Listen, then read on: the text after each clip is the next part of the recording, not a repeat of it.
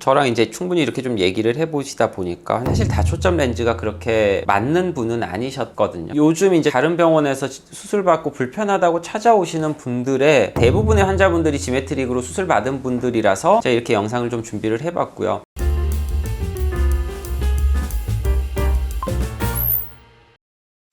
이 환자분 같은 경우에는 본인에게 맞지 않는 지메트릭이라는 렌즈를 병원에서 잘못 권유를 받아서 렌즈를 교체하게 되는 재수술까지 오게 되셨었는데, 렌즈 선택을 잘못한 게 재수술까지 오게 됐었던 유일한 이유는 아니었다고 보거든요. 그 외적으로 이 환자분이 너무 불편할 수밖에 없었던 이유들이 있습니다. 사실 이런 것들이 더 잘 맞춰졌더라면 이 환자분이 적응을 더 잘하셨을 수도 있을 것 같기도 하는데, 기존 병원과 저희 병원에 뭐 비교하면서 좋다라고 말씀을 해주시는 부분들 중에 사실 너무나 당연한 것들이어서 제가 조금 놀라기는 했었는데, 이전에 과거 영상에서 재수술 받으러 오시는 분들이 유독 이런 병원에서 많이 오신다고 제가 말씀을 드린 적이 있어요. 수술 전에 충분한 상담을 받을 수 있는지랑 수술 후에도 충분한 케어를 받을 수 있는지, 수술이 그렇게 무조건 많다 그래서 좋은 병원은 아니다 라는 거, 그때 이제 주의하셔야 한다라고 설명을 드렸던 병원이 수술 전에 진료받던 의사, 수술했었던 의사, 수술하고 나서 경과관찰을 해주는 의사가 다른 의사다, 그러면은 그런 병원은 좀 주의를 하셔라 라고 제가 분명히 말씀을 드렸었거든요. 아니나 다를까 이분 같은 경우도 진료를 보고 수술을 해줬던 의사와 경과관찰을 했었던 의사가 우선 완전히 다른 의사가 경과관찰을 했었고요. 좀 얘기를 하다가 제가 깜짝 놀랐었던 게, 백내장 수술을 하는 과정에서 레이저 백내장으로 수술을 받으셨다고 하셨는데, 환자분들한테 광고할 때는 올레이저 백내장이니 뭐니 하면서 레이저로 백내장 수술을 다 하는 것처럼 설명을 하잖아요. 제가 그거는 아니라고, 거짓말이라고 여러 번 설명을 드렸었죠. 여러 단계가 있는데 앞에 몇 단계를 먼저 레이저로 해놓게 되고 뒤 단계를 이제 초음파를 이용을 해서 백내장 수술을 마무리하게 되는데, 저는 사실 깜짝 놀랐었던 게, 레이저로 하는 과정도 사실 수술 과정인데 이 수술 과정을 환자분 진료를 보셨던 의사가 레이저를 한 게 아니고 다른 의사가 레이저를 했다고 하더라고요. 사실 수술을 2명이 집도를 하게 된 거죠. 환자분을 직접 보지도 않았었던 어떤 모르는 의사가 절반의 수술 과정을 하게 되는 거고, 나머지 절반의 과정을 수술 전에 진료를 봤었던 의사가 하게 되는데, 이전에 레이저 백내장 하는 병원들에서 시스템적으로 문제가 있었다라고 했었던 이야기인데요. 저희 병원을 개원을 하기 전에 다른 병원에 이렇게 근무를 했을 때 거의 모든 환자들 레이저 백내장으로 했었다고 했었죠. 우리나라에서 거의 제일 많은 케이스를 보유하고 있었던 그런 병원이었었고, 정말 공장 형식으로 이렇게 막 찍어내다 보니까 앞에 레이저 부분을 다른 의사가 해줬었고요. 초음파로 마무리하는 부분만 제가 그렇게 수술을 했었거든요. 정말 많이 해드려 봤었기 때문에 그 시스템의 문제에 대해서 저는 잘 알고 있고, 그래서 레이저 백내장을 하는 이유가 장단점이 있기는 하지만 그런 공장 형식에서는 어쩔 수 없이 효율화를 위해서는 그렇게 돌릴 수밖에는 없다라고 말씀을 드렸었죠. 근데 이 환자분이 딱 그런 케이스에 해당이 됐었고, 레이저로 백내장 수술을 하면은 가장 큰 장점이 뭐라고 하죠? 사람의 손으로 하는 것보다 더 정교하기 때문에 아주 작은 오차도 절대로 만들어낼 수가 없다, 그 작은 오차도 절대 생길 수가 없다라고 광고를 많이 하는데, 결국 그 레이저 기계를 사용을 하는 거는 누구죠? 사람이 사용을 하게 되는 거고, 각막절개, 수정체 절개, 수정체 낭 절개를 할 때 그 위치 조정이나 사이즈나 이런 것들은 전부 다 사람이 수동적으로 세팅을 해줘야 되거든요. 그걸 잘못하게 된 케이스가 딱 이분의 케이스였어요. 똑같이 말씀을 하고 계신데, 레이저 백내장도 결국은 사람이 하는 거고, 환자분에서 생겼던 문제는 각막 절개의 위치 선정이 잘못되어 있었던 게 가장 큰 문제였었거든요. 사진을 보시면 각막 절개가 시작되는 지점이 각막의 끝부분에서 시작이 돼야 되는데 너무 안쪽에서 시작이 돼서 각막의 중심부랑 너무 가깝게 돼버렸죠. 각막 절개도 레이저로 하면 굉장히 깨끗하게 창상의 안정성이 있다고 하는데, 레이저로 백내장 수술을 했지만 창상의 불안정성이 있어서 요즘은 사실 거의 백내장 수술할 때 꼬매지 않는 각막을 이렇게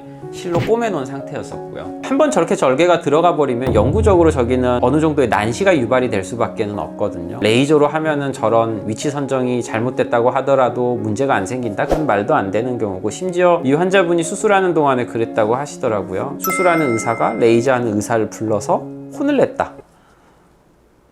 사실 뭐 저는 이해가 안 되는 거기는 한데, 환자분이 누워있는 수술하는 과정 중에 레이저가 잘못됐다고 수술하는 의사가 혼을 냈다라고 할 정도니까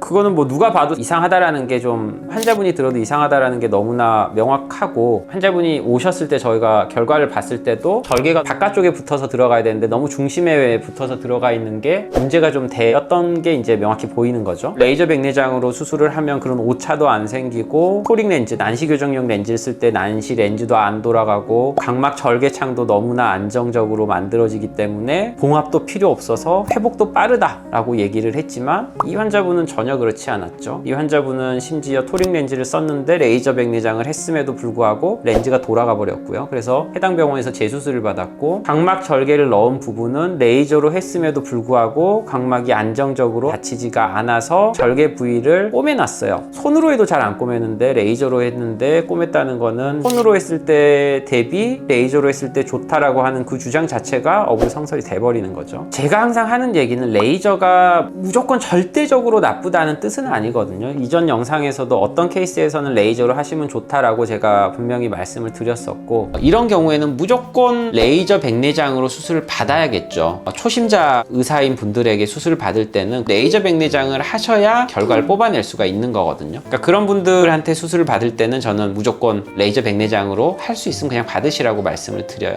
레이저 백내장이 좋다, 내가 레이저 백내장을 이용을 해야 이제 최선의 결과를 뽑아낼 수 있다라고 얘기를 하시는 분들한테 만약에 수술 받아야 된다 그러면 그 레이저 백내장으로 받으시는 게 맞아요.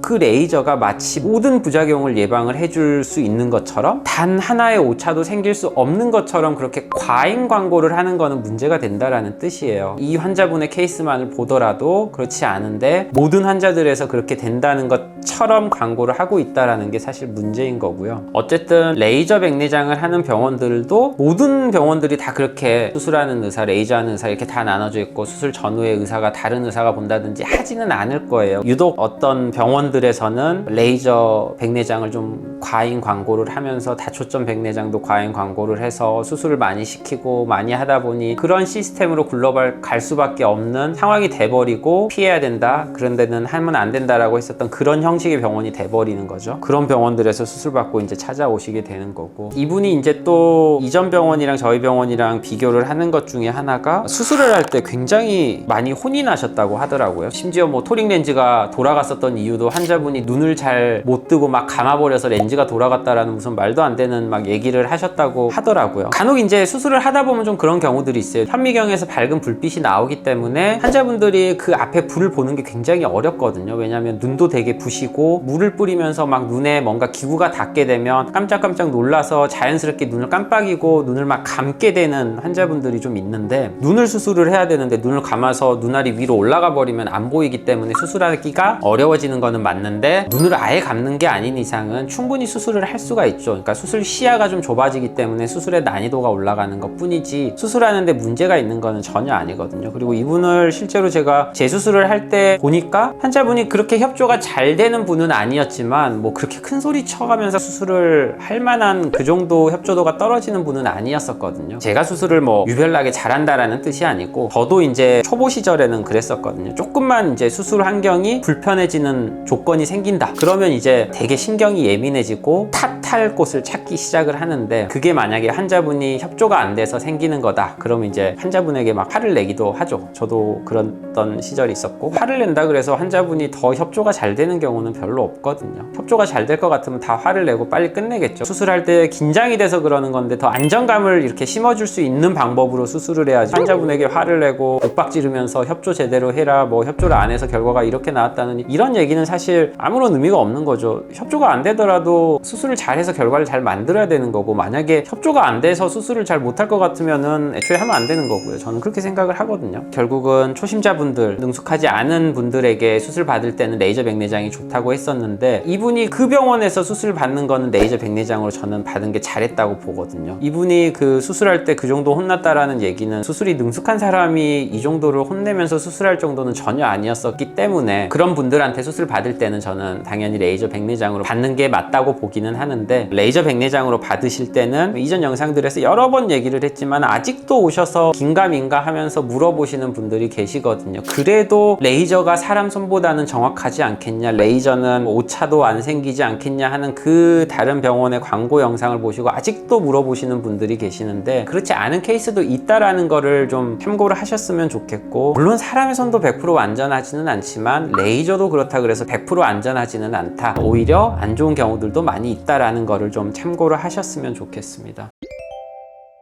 결국은 수술하시기 전에 수술 고민하신 분들이 이런 영상 제일 많이 찾아보실 건데, 뭐 레이저 백내장이든 손으로 하는 백내장이든 그런 거를 종류를 따져서 수술 병원을 고르신다기보다는 수술하기 전에 의사랑 직접 충분한 상담을 하시고 수술하고 나서도 계속 경과 관찰을 해주고, 결과가 좋든 나쁘든 성공 여부를 떠나서 결과가 좋아도 수술했던 의사가 보는 게 사실은 맞고요, 결과가 안 좋으면 더더욱 수술을 해줬던 의사가 확인을 하고 뭔가 추가적인 처치가 필요할지를 디시전 메이킹 을 해줘야 되거든요. 수술하지 않은 의사가 보게 되면 그때 한번 자기 외래로 온 컴플레인 그냥 빨리 받아 넘기기 위해서 괜찮아요, 건조증이에요 하면서 무마시키려고 하는 경우도 굉장히 많거든요. 그런 케이스도 지금 몇 분 계시긴 한데 그런 얘기까지 하자면 너무 길어질 것 같고, 한동안 이 노안백내장 수술 받으시는 분들이 좀 많이 줄어들었다가 최근에 다시 좀 늘어나는 추세거든요. 늘어나면서 자연스럽게 그 수술을 받으시고 불편해서 재수술 받으러 오시는 분들도 늘어나고 계세요. 특정 몇몇 병원에서 분명 오시는 분들이 눈에 띄게 많거든요. 근데 그 병원에 수술 케이스가 많아서 그럴 수는 있겠지만 너무 높다라고 저는 생각될 정도로 높은 정도의 확률이라서, 그 병원에서 수술하는 의사들은 저희 병원에 와서 재수술 받는 환자들이 있는지조차 모를 거예요. 오히려 컴플레인한 환자들이 없으니까 수술 잘 됐나 보다 이렇게만 생각을 하고 있을 거란 말이죠. 이제 그런 식으로 본인들은 수술하고 계속 마치 잘하는 것 마냥 그 시스템을 계속 유지를 하게 되는데, 환자분들이 수술하시기 전에 이런 걸 좀 잘 알아보시고 병원 선택을 하셨으면 좋겠고, 다른 병원에서 수술받고 재수술 받으러 오시는 환자분들이 줄어들었으면 하는 바람입니다. 혹시 이제 수술 관련해서, 백내장 수술 관련해서 수술 전에 궁금하신 뭐 내용이 있으시거나 아니면 이미 수술을 이렇게 받아버렸는데 불편한 점이 있으시다, 근데 해당 병원에서 좀 충분한 설명을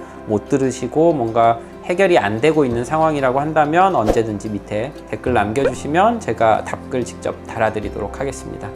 이상 하이안과의 최현석 원장이었습니다.